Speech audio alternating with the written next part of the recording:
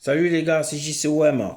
On va faire le débrief de OM Saint-Étienne, sixième match de préparation de l'OM, victoire 2-1 de nos Olympiens. Alors on va commencer par la première mi-temps, une première mi-temps très bien jouée de la part de nos Olympiens, une domination totale de la part de nos Olympiens. Alors avec l'ouverture du score d'entrée dans les premières minutes de Coran de la Fuentes, qui a été énorme. On saluera aussi au passage la passe de Dario Benedetto qui s'arrache pour la donner à Coran de la Fuentes. Et de la Fuentes ouvre le score, une superbe frappe de Coran et il ouvre le score, quoi. Ensuite, il y a eu d'autres occasions aussi, notamment une tête plongeante de Payet. Je pense qu'il est un peu court sur la tête, c'est pour ça qu'il n'arrive pas à la prendre convenablement, mais ça passe quand même pas très loin des cages du gardien stéphanois. Il y a eu aussi une frappe de Valentin Rongier aussi, juste à côté du poteau droit du gardien stéphanois. Euh, Ensuite, il y a eu malheureusement le but stéphanois de Castries sur une petite erreur de Rongier, mais bon, on peut lui pardonner parce que je pense qu'il a fait quand même aussi son match, il a fait un bon match. Même si c'est pas mon choix pour être titulaire au Rongier, je préférerais notamment garder Camara et mettre Camara. Mais bon, il a fait quand même son match ce soir. Donc Catri égalise, un partout à la mi-temps. Il y a eu une dernière frappe en fin de première mi-temps aussi de Dimitri Payet qui est passé juste au-dessus de la cage du gardien stéphanois. Un coup franc aussi de Payet qui passe au-dessus. Une première mi-temps quand même dominée largement par nos Olympiens. Ensuite, on passe à la deuxième mi-temps avec une deuxième mi-temps avec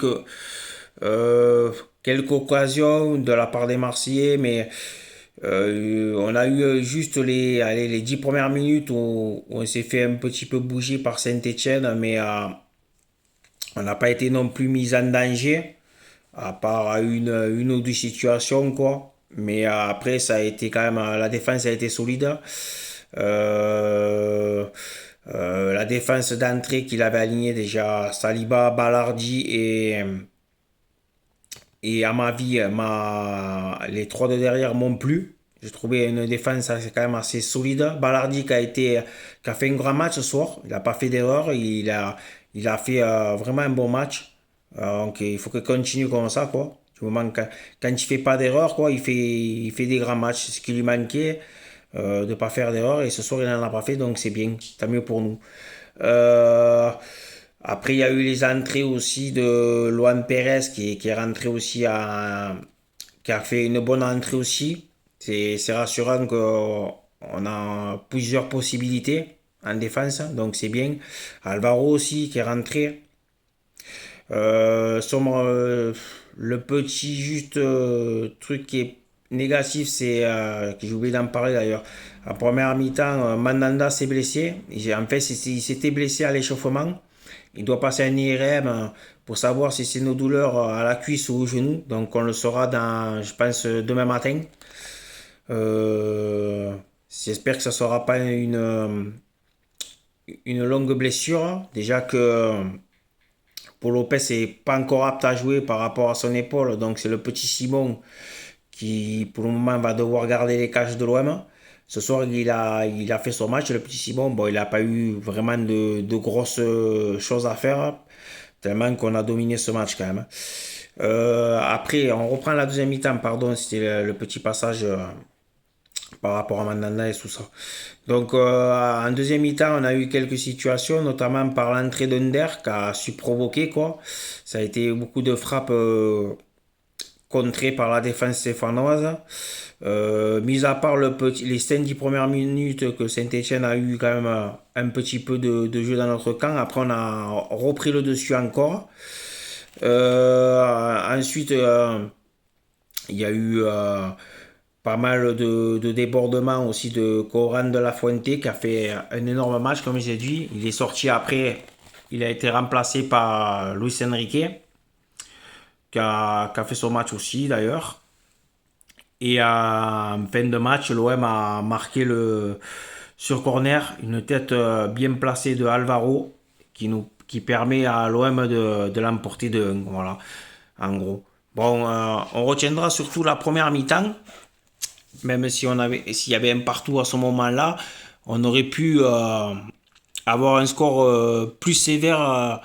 Enfin, les Stéphanois s'en sortent bien, quoi. On aurait pu avoir mener 2-3-1 à la mi-temps facile, vu le nombre d'occasions qu'on a eu en première mi-temps. Voilà. Donc, je trouvais quand même un groupe quand même solide ce soir. Je trouve que plus la préparation avance, plus on est de mieux en mieux. Donc, il nous reste un dernier match à faire contre Villarreal au Vélodrome samedi. Le match sera sur Canal. Pour ceux qui ne savaient pas, quoi. Et vous savez que la préfecture a autorisé 30 000 spectateurs. Donc il y aura 30 000 supporters marseillais. Depuis le temps qu'on attendait qu'il y a eu du monde au stade, le retour des supporters au stade, ça va faire du bien. Même si j'aurais préféré un stade plein, mais déjà 30 000, on va pas se plaindre. On a joué ça fait plus d'un an et demi qu'on joue dans des stades vides et ça va être une grande émotion samedi, j'en suis sûr, pour la réception de Villarreal pour le dernier match de préparation. Donc voilà. Après les gars, pas plus sur ce match. Je vous ai résumé les plus gros faits de ce match, quoi. Donc on est toujours invaincu les gars, avec 4 victoires et 2 nuls.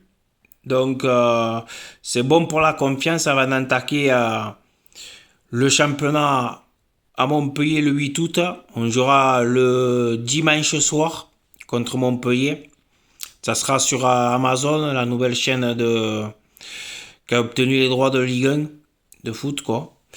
Donc, mais avant ça, on fera une vidéo, on refera une vidéo dans la semaine là. Je pense que je la ferai avant le match de Villarreal, donc avant samedi, pour voir les dernières nouvelles mercato.